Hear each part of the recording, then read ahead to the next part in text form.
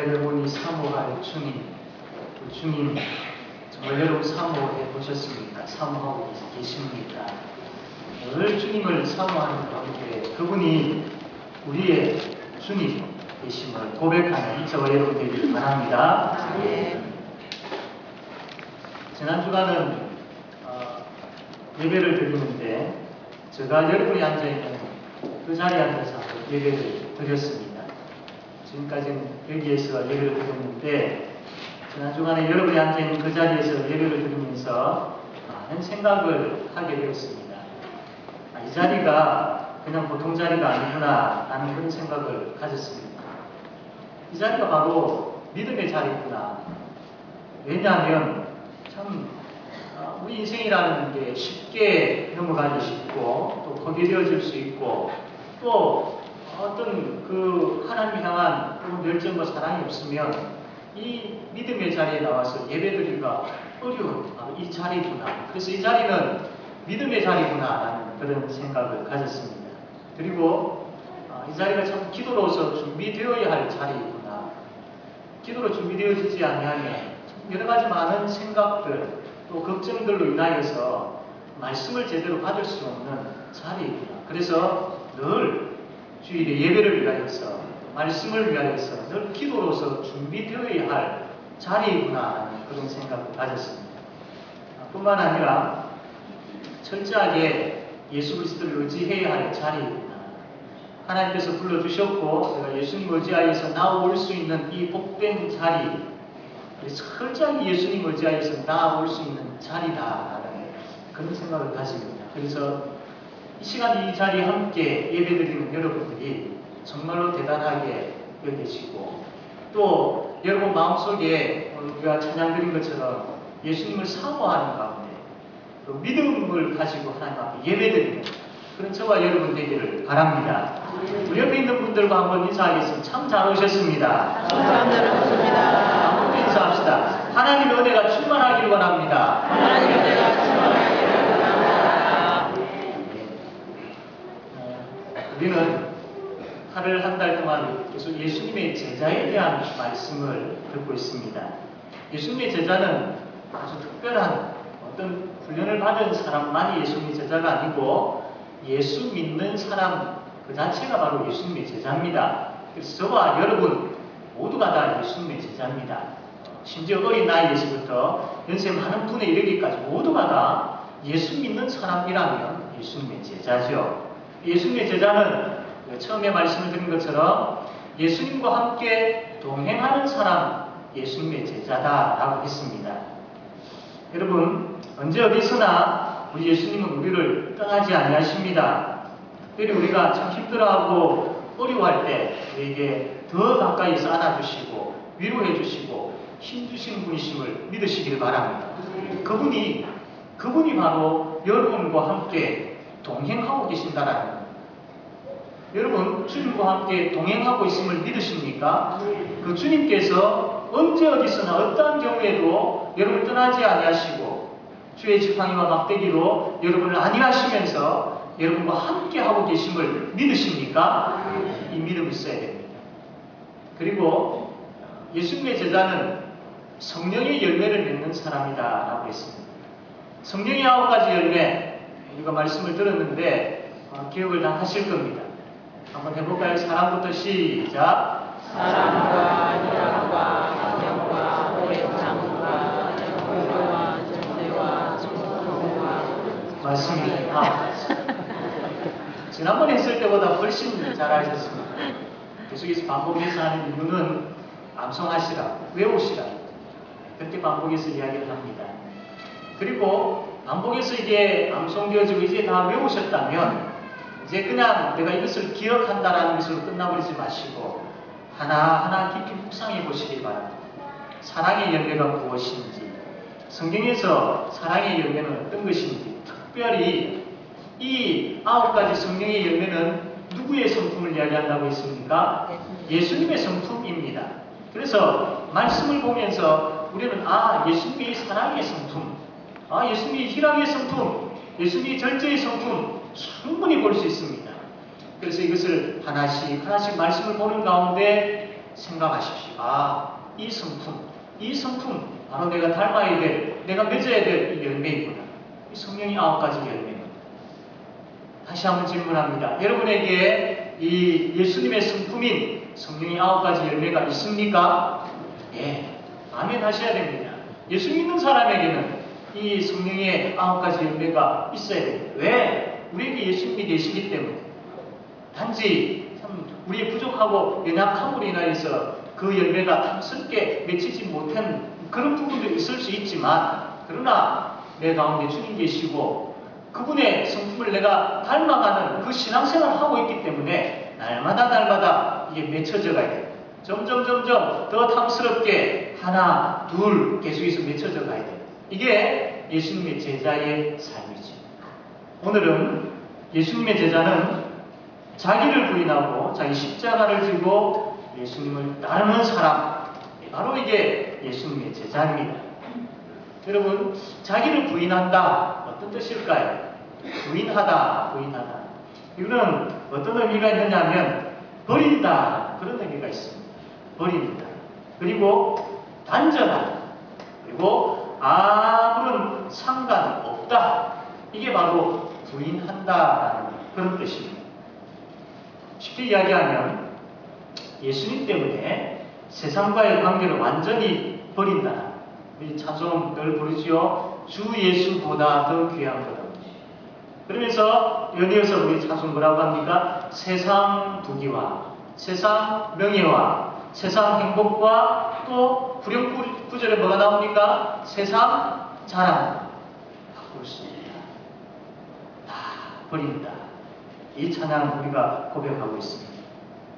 그래서 자기를 부인한다는 것은 진정한 행복은 오직 예수님에게서만 찾을 수 있기 때문에 예수 이외에 예수보다 더 귀한 것 나에게는 없습니다 라고 그렇게 고백하는 것, 그것이 바로 자기를 부인하는 것이, 그렇게 사는 것, 그것이 바로 자기를 부인하는 삶이지요. 그리고 또 한 가지 연이어서 나오는 것, 자기 십자가를 지고 나를 따르라라고 말씀을 하셨습니다. 그러면 자기 십자가를 진다라는 것은 무엇일까요? 여러분 잘 아시겠지만 옛날 로마 시대에 그 팔레스타인 지역에서는 사형을 내릴 때 여러 가지 이제 부분들이 있지만 극형, 아주 극하게 좀 심하게 사형을 내릴 때는 십자가형의 사형을 내립니다. 그래서 간혹 팔레스타인 그 지역에서 십자가를 지고 가는 사람들이 간혹 있었습니다. 뭐 이게 십자가 모형 다는 아니겠지만 길쭉하게 생긴 가로의 십자가는 이 사형장에 이미 사형장에 박혀 있고 옆으로 되어 있는 새로 그 십자가 틀을, 나무 틀을 지고 이제 가게 되었죠. 그래서 사람들이 그 당시에 이 십자가 틀, 나무 가로 틀의 나무를 지고 가는 사람을 보면 아, 저 사람은 사형장으로 가는 사람이구나 라는 것을 알 수가 있었습니다. 그래서 자기 십자가를 지고 간다라는 것은 사형장으로 간다라는 것과 같은 말입니다. 십자가를 지고 나를 따르라라는 것은 사형장으로 가거라라는 말씀과 같은 것이죠. 결론적으로 이야기하면 자기를 부인하고 자기 십자가를 지고 간다라는 것은 죽어라라는 것입니다. 죽어라. 예수님의 제자는 죽는 자이다라는 것이죠. 그런데 여러분, 우리 예수님이 어떤 분이십니까? 나는 길이요, 진리요, 뭐라고 했습니까? 생명이라고 했습니다. 예수님은 이 땅에 오신 목적이 바로 우리에게 무엇을 주기 위해서 오셨습니까? 영생을 주기 위해서, 생명을 주기 위해서 오셨습니다. 그러면 이 교회는 생명이 있는 곳이죠. 생명이 있는, 영생이 있는 곳이 바로 교회입니다. 예수님이 우리에게 생명을 주시기 위해서 오셨고 이 교회에 생명을 주셨고 우리는 이 교회에서 그 놀라운 영원한 생명을 누리며 살아가는 사람들입니다. 그런데 오늘 본문 말씀 보면 예수님께서 죽어라 라고 하십니다. 생명의 예수님께서, 생명을 주시기 위해서 오신 예수님께서 왜 우리 보고 죽으라 라고 말씀을 하셨을까요? 25절 말씀 보면 잘 나와 있습니다. 우리 25절, 마태복음 16장 25절 말씀 한번 다 같이 읽겠습니다. 25절 시작.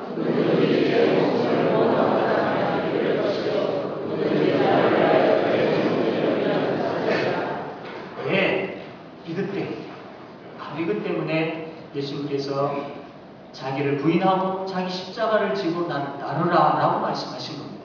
다시 이야기하면 죽어라. 죽음을 가지고 죽음 그 자리에서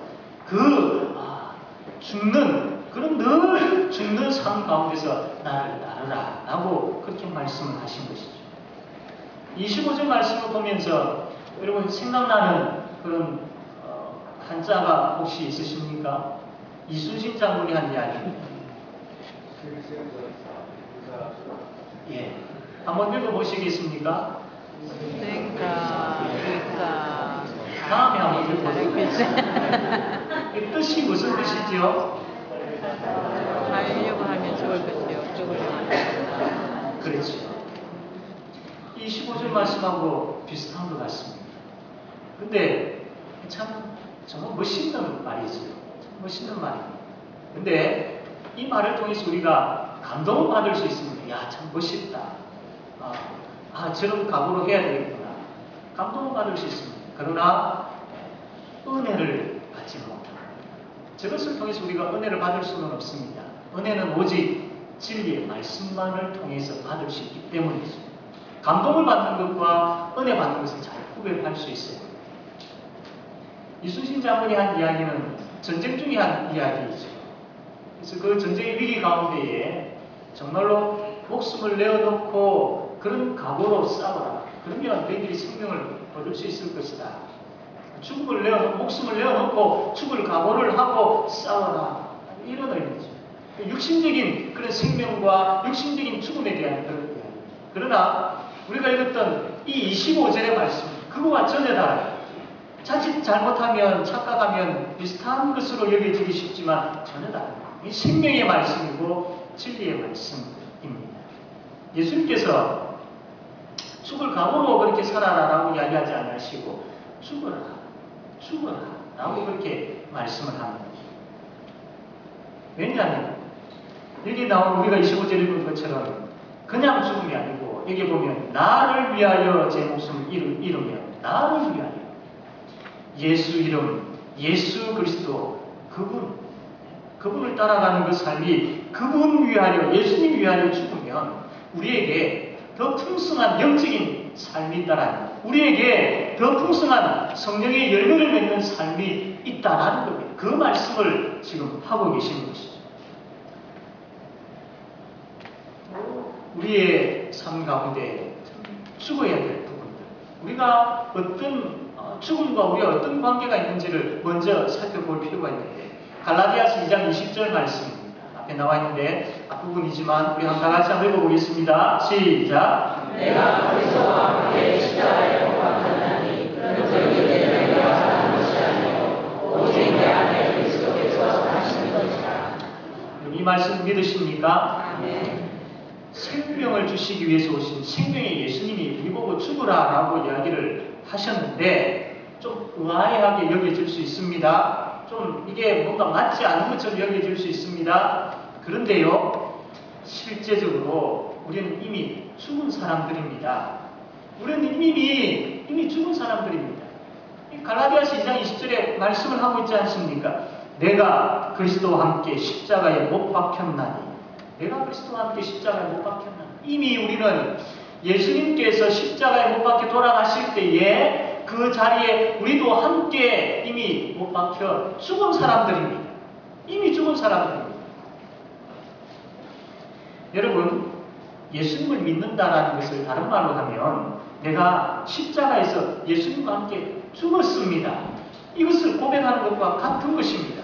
나 예수 믿습니다. 나 예수님을 말미암아 구원받았습니다. 나는 예수님을 주인으로 모시고 사는 사람입니다. 라는 것은 다르게 이야기하면 나는 이미 예수님께서 십자가에 못 박혀 돌아가실 때 그 자리에 이미 죽은 사람입니다. 라고 고백하는 것과 같은 것이죠. 내가 그리스도와 함께 십자가에 못 박혔나니 명심하십시오. 나는 십자가에 이미 못 박힌 사람입니다. 예수님께서 십자가에 돌아가실 때에 나도 그 자리에서 이미 죽은 사람입니다. 죽은 사람입니다. 여러분 이 사실을 믿으십니까? 우리는 죄에 대해서 죽은 사람입니다. 죄에 대해서 죽은 사람들입니다. 그런데 문제는 우리가 죄에 대해서 죽은 사람임에도 불구하고 이미 십자가에 예수님께서 못 박혀 돌아가실 때 함께 죽은 자임에도 불구하고 자꾸 우리가 살려고 하는 옛 사람의 모습들이 자꾸 나타나려고 하고 옛 사람의 삶들을 자꾸 살려고 하는 게 죄가 계속해서 내 속에서 살아나려고 막 움틀거리고 있다라는 것입니다. 그래서 로마서 8장 13절에 이렇게 말씀을 합니다. 우리 한번 다 같이 읽겠습니다. 시작. 너희가 육신대로 살면 반드시 스스로 끊어지되 영으로서 내 죄를 죽이면 살리니. 여러분 이 말씀을 믿으십니까? 그래서 육신의 것을 죽여야 합니다. 죄에 관한 부분들을 죽여야 합니다. 바울이 뭐라고 이야기한 줄 아십니까? 고린도전서 말씀 보면 날마다 나는 죽노라 라고 이야기를 했습니다. 그리고 오늘 우리가 마태복음 16장 24절 25절 말씀을 보았는데 똑같은 말씀이 누가복음 8장 23절에 나와 있습니다. 여기에 보면 날마다 제 십자가를 지고 라고 말씀했습니다. 여기에는 마태복음에는 자기 십자가를 지고 라고 했지만 이 누가복음에는 날마다 자기 십자가를 지고 라고 말씀했습니다. 그러므로 우리는 날마다 죽어야 합니다. 왜냐하면 이미 우리는 죄에 대해서 예수님께서 십자가에 못 박혀 돌아가실 때 죽은 자이기 때문에 그 죄의 모습, 그 옛 사람의 모습 이게 살아나면 안 되는 사람들입니다. 그럼에도 불구하고 자꾸 살아나려고 합니다. 그래서 그런 것들을 자꾸 계속해서 날마다 그런 것들을 죽여야 하는 것입니다. 사랑하는 성도 여러분, 이 말씀 우리에게 한번 적용합시다. 그러면 나에게 있어서 죽어야 할 것이 무엇이 있습니까? 여러분에게 한번 직접 적용해 보십시오. 내가 버려야 할 것, 내가 포기해야 될 것, 나에게 찾아오는 세상의 욕망들, 참 물질을 사랑하는 그 욕망들, 하나님보다 더 사랑하는 그것이 자녀가 될 수 있고 물질이 될 수 있고 여러 가지가 될 수 있고 교회보다 더 사랑하게 만들려고 하는 그런 다른 여러 가지 세상적인 것들 많이 있을 수 있습니다. 여러분에게 있어서 정말 죽어야 할 부분들이 무엇이 있습니까?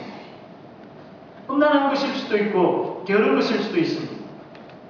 갈라디아서 5장 19절에서 21절 말씀 보게 되어지면 육체의 일은 분명하니 곧 음행과 더러운 것과 호색과 우상숭배와 주술과 원수 맺는 것과 분쟁과 시기와 분냄과 방짓는 것과 분열함과 이단과 투기와 술취함과 방탕함과 또 그와 같은 것들입니다.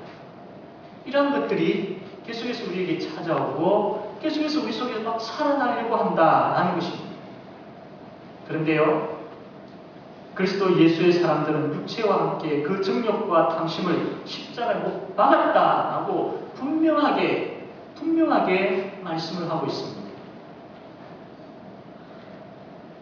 사랑하는 성도 여러분, 내 속에 계속해서 찾아오고 있는 그 정욕과 탐심을 그대로 두시렵니다.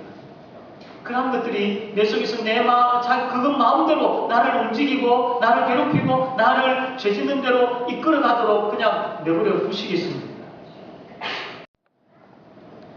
사랑하는 성도 여러분, 오늘 이 말씀은 우리 주님께서 그것 하지 말라, 그렇게 하지 말라, 그러한 이 정욕과 이러한 탐심들이 늘 그냥 그대로 마음대로 하도록 내버려 두지 말라라고 말씀합니다. 그건 제자의 삶이 아니다, 그건 예수 믿는 사람의 삶이 아니다라고 말씀을 하십니다.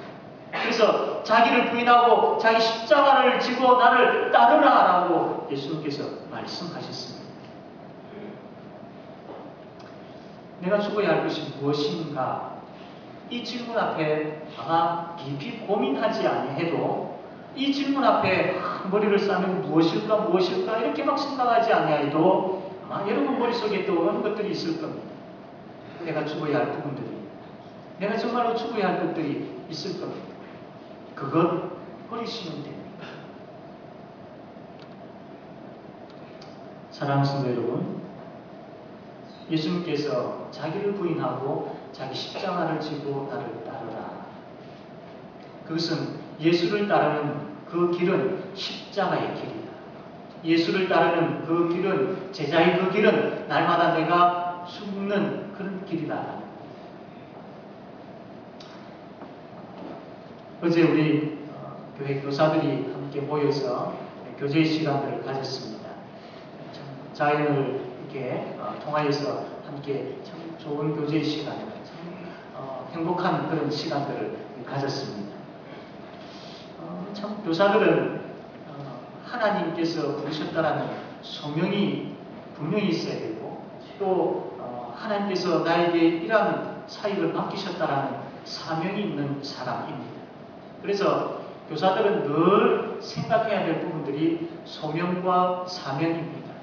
이 자리가 내가 그냥 있게 되어지는 자리가 아니라 하나님께서 부르셨다.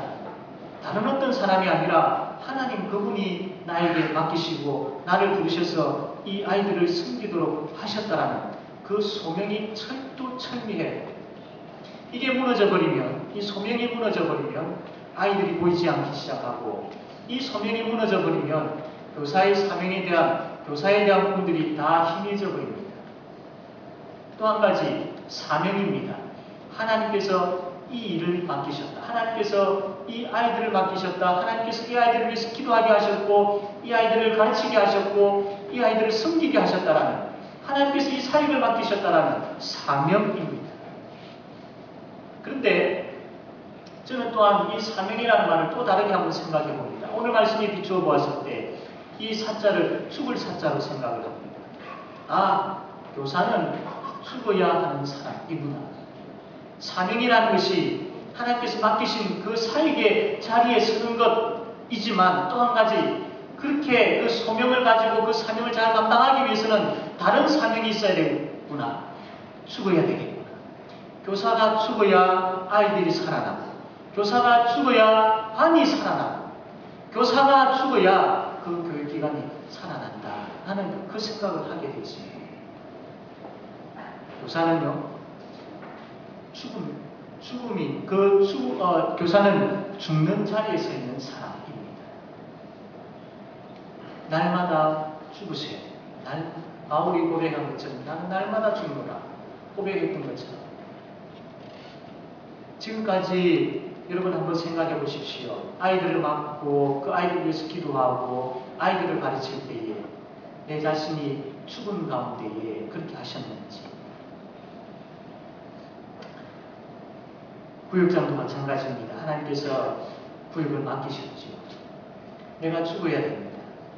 구역장이 죽어야 구역이 살아납니다. 바나바가 죽어야 새 가족들이 살아납니다. 하나님께서 맡기신 그 자리에서 날마다 내가 죽어야, 내가 그 죽음의 자리에서 헌신하고 섬길 때에 하나님께서 맡기신 그 사역에 부흥의 은혜가 일어날 줄로 믿습니다. 예수님께서 이 땅에 오신 목적이 있죠. 요한복음 10장 10절에 이렇게 말씀을 합니다. 한번 다 같이 읽겠습니다. 시작.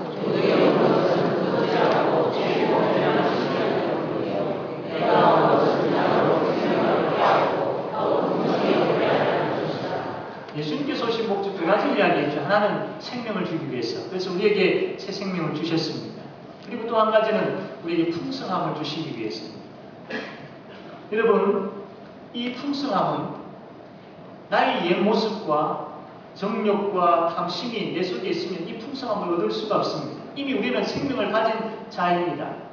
그러나 이 생명이 풍성한 삶이 되어지기 위해서는 내 속에 있는 옛 모습들, 내 속에 있는 정욕과 탐심들이 없어져야 돼요. 즉 다시 이야기하면 그런 것들에 대해서 내가 죽어야 돼요. 그런 것들에 대해서 내가 죽을 때에 더 풍성하게, 영원한 생명의 그 은혜를 더 풍성하게 누릴 수 있다라는 것입니다. 그러면 어떻게 하면 그렇게 내가 죽을 수 있습니까? 내가 나를 부인하고 내 십자가를 지고 예수님을 따를 수 있습니까? 다시 갈라디아서 2장 20절로 가셔야 됩니다. 한 번 더 같이 읽어보겠습니다. 시작. 내가 그리스도와 함께 십자가에 못 박혔나니 그런 저희들을 내가 사는 것이 아니요 오직 내 안에 그리스도께서 사시는 것이라. 이 말씀을 믿으십니까? 여기서 우리가 조금 전에는 내가 죽은 자이구나, 내가 그리스도의 십자가와 함께 못 박혀 죽은 자이구나라는 것을 보았습니다. 그러나 그 뒤에 바로 연이어서는 그런즉 내가 죽은 자이기 때문에 이제는 내가 산 것이 아니요 오직 내 안에 누가 사신다고 했습니까? 그렇습니다.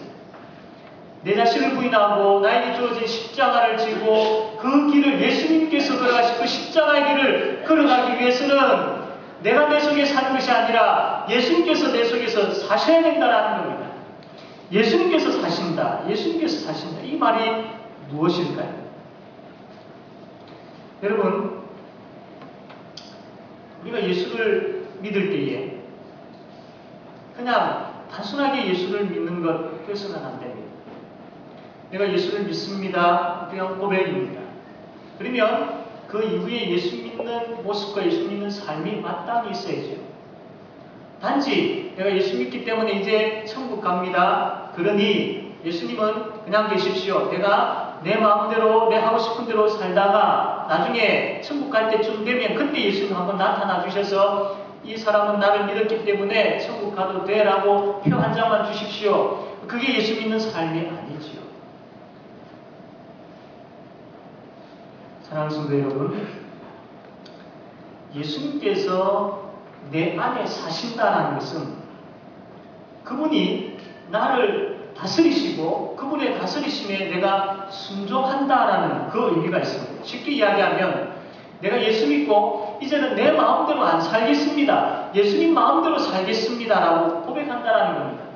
내 안에 예수님이 계십니다. 그러나 계시는 것으로 끝나는 것이 아니라 내 안에 계신 예수님 그분의 삶을 사는 것이 되어야 됩니다. 그분의 삶을 사는 것이 되어야 됩니다. 그래서 내 뜻대로가 아니라 예수님의 뜻대로 하겠습니다.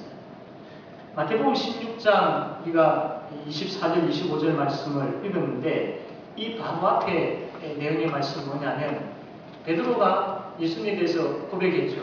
주는 그리스도시요 살아계신 하나님의 아들이십니다. 예수님께서 십자가에 못 박혀 돌아가실 것에 대한 이야기를 하죠. 베드로가 말립니다. 예수님 안 됩니다. 예수님 안 됩니다. 여기에서 예수님께서 베드로에게 부정하면 사탄아 내게로 물러가라고 이야기하시죠. 그러면 사실 이야기가 23절에 사탄아 내게로 물러가라. 너는 나를 넘어지게 하는 자로다. 내가 하나님의 일을 생각하지 않냐고 도리어 사람의 일을 생각하는구나. 여기에 보면 하나님의 일과 사람의 일이 나옵니다.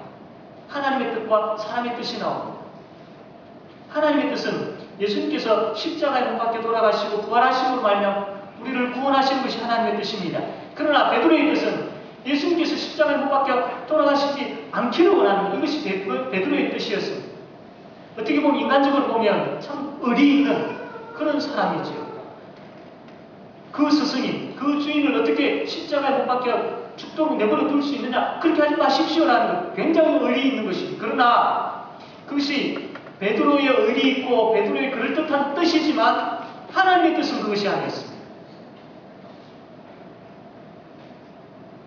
그렇기 때문에 내 안에 예수님께서 사신다는 것은 하나님의 뜻과 내 뜻, 이 가운데서 내 뜻을 죽이고 하나님의 뜻이 나타나는, 예수님의 뜻이 나타나는, 예수님의 뜻대로 사는, 그것이 바로 내 안에 예수님께서 계실 뿐만 아니라 예수님께서 사시는 것이 됩니다.